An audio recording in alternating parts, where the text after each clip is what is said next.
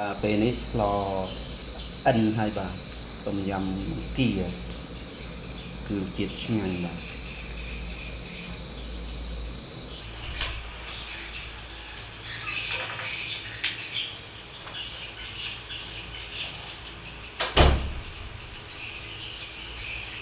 ាទថ្ងៃនេះគ្រឿងផ្សំយើងនឹងធ្វើต้มយ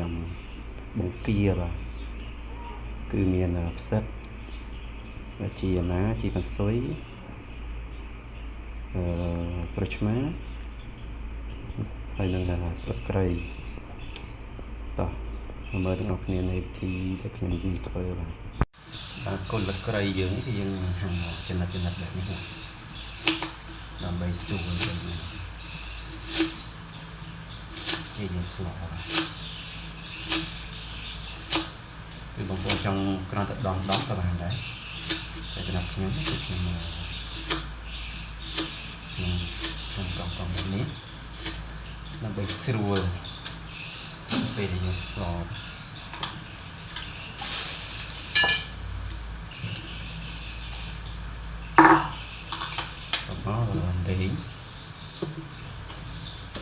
ដេងយើងគឺដាក់អត់សូវច្រើនទេបាទដាក់មកមួង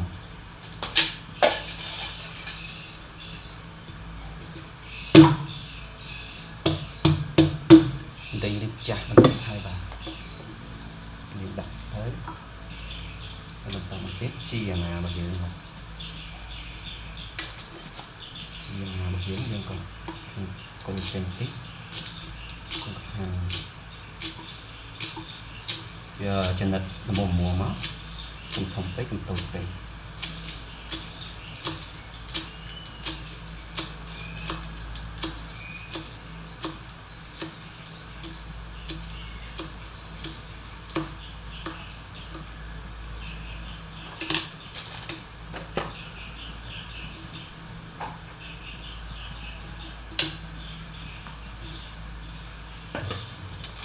បន្ទាប់មកគឺជាផាន់ស៊ុយ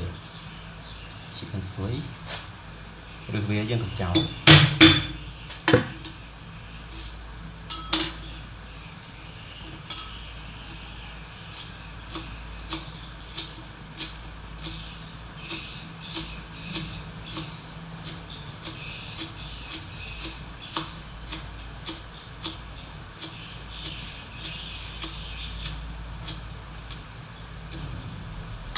នេះយើងដាក់រួមជាមួយនឹងជីអាណារបស់យើង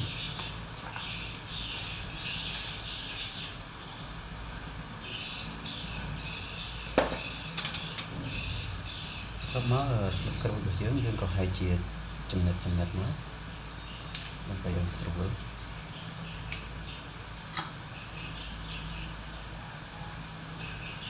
តាមតិចផ្សិត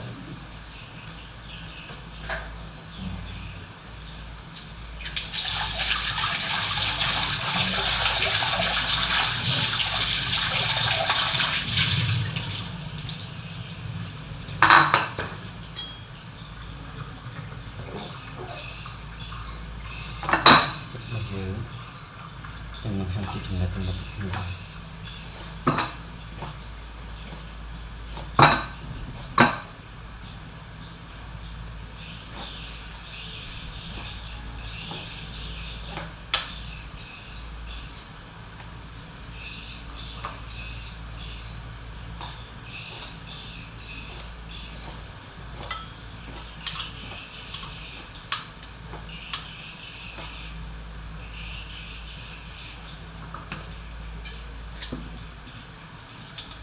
បន្មកផ្សិតតូចនេះបាទតូចយើងក៏ហាន់វាជាកង់តូចមកល្មមកុំធំពេកកុំតូចពេក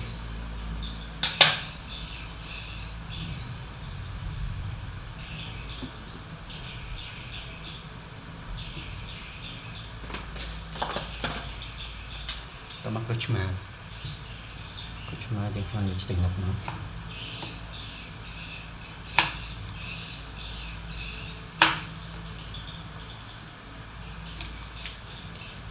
មានចានដាក់បាទ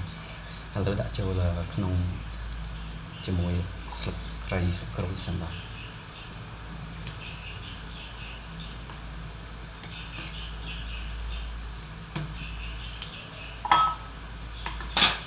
តមកទៀតមកគៀរបស់យើងយើងនឹងហាន់នៃវាចេញបានហើយដើម្បីឲ្យវាបែបនេះ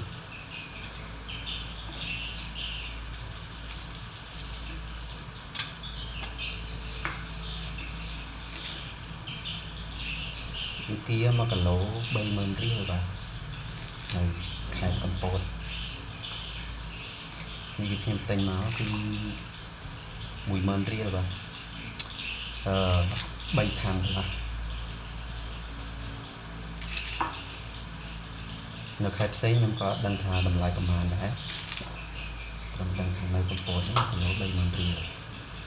បើរៀងធំជាងនេះ1គីឡូ 35000 អីចឹងទៅ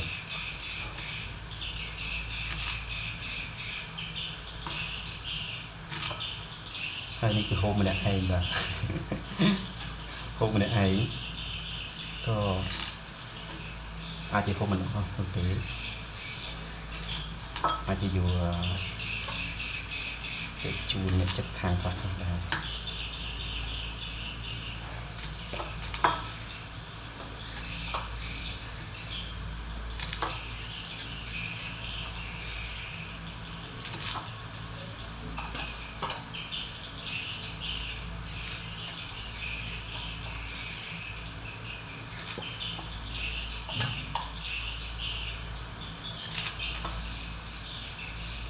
រៀបរយ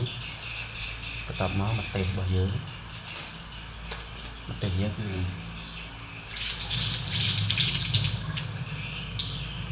វាជាចំណិត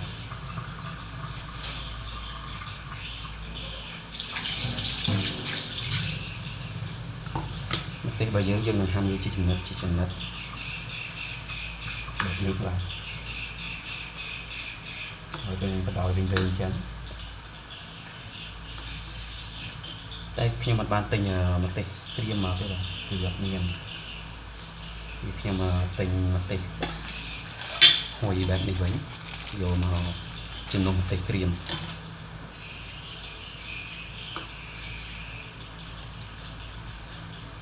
ខ្ញុំអាចជាអត់មានខ្ទិះដូងដាក់ទេអាចជាទិញទឹកដោះគោដាក់វិញព្រោះយើងនេះអត់មានខ្ទិះដូងទេដាក់ទៅទិញមកទេទៅរួចរាល់ហើយប៉ុណ្ណឹងបានហើយកុំច្រើនពេក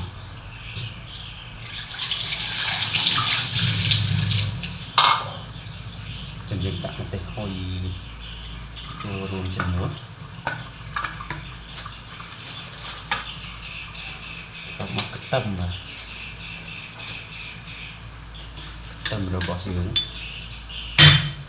គឺយើងដាក់មួយល្មមបានហើយកុំឲ្យច្រើនពេកមួយល្មមដែលយើងទៅធ្វើឈ្ងុយឆ្ងាញ់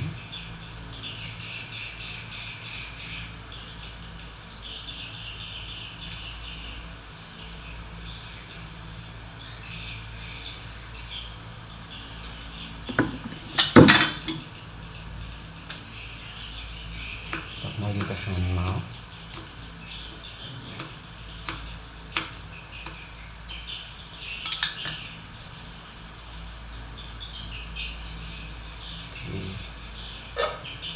ដាក់ចូលឆ្នាំងយើងក៏បើកហ្គាសមកបាទ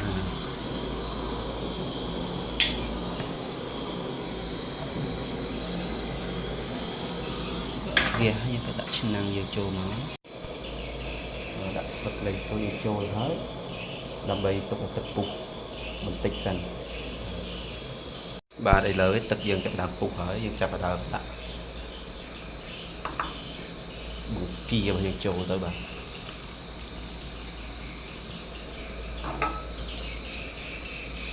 ដាក់បង្គាយើងចូលទៅហើយកូរវាបន្តិចមកចាំបន្តិចបន្តមកទៀតទឹកចាប់ដើមពុះតិចហើយយើងក៏ដាក់ផ្សិតរបស់យើងចូលទៅបាទដាក់ផ្សិតរបស់យើងចូលទៅកូរបន្តិចមកបាទតមកទៀតដាក់ម្ទេស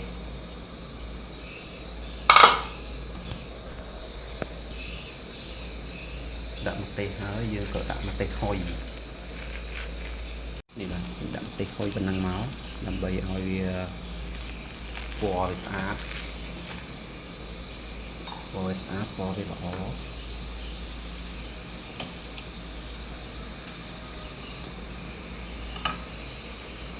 បន្តមកទៀតដាក់ស្លឹកទឹកត្រីរបស់យើង2វែក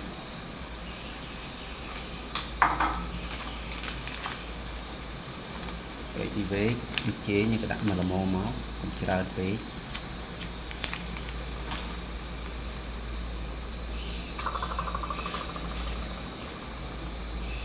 តមកយើងដាក់ស្ករមកតិចចេះមក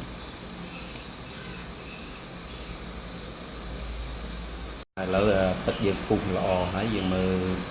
សិតរបស់យើងក៏យើងឆ្អិនល្អហើយយើងដាក់ជីរបស់យើងចូលទៅបាទជីរបស់យើងចូលទៅអត់បានដាក់ទឹកដោះគោទេបាទចូលតែអត់មានឆ្ងាយពេកអត់បានដល់តមកទៀតយកភ្លក់បន្តិចមកវាជាតិបានហើយ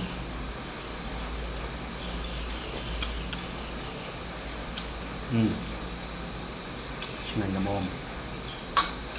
តមកទៀតយើងក៏ដាក់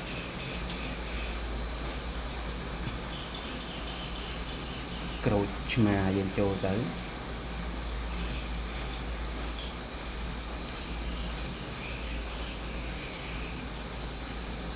យើងដាក់2ចំណិតសិនហើយភ្លក់មើលហើយល្មមនៅ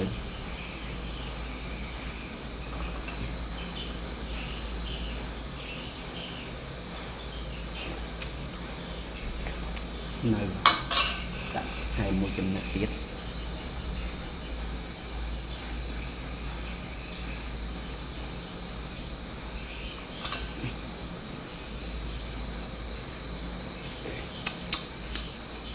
ល្មមឆ្ងាញ់ប៉ុណ្ណឹងបានហើយមកល្មមនេះបាទ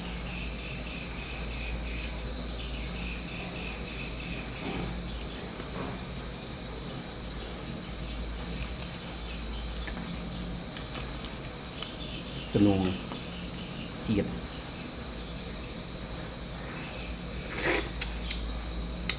ជាតិឆ្ងាញ់បាទពេលនេះយើងដួសដាក់ចានហើយបាទគឺមើលទៅជាតិហ្មងបាទបើបងប្អូនណាចង់ធ្វើអាចមើលតាមវីដេអូខ្ញុំបាននៅសម្រាប់តែបងប្អូនអត់ទាន់ចេះឬក៏បងប្អូនចេះហើយមានអ្វីខ្លីអ្វីដែលល្អអាច comment ប្រាប់នៅខាងក្រោមវីដេអូខ្ញុំបានបាទសូមអរគុណ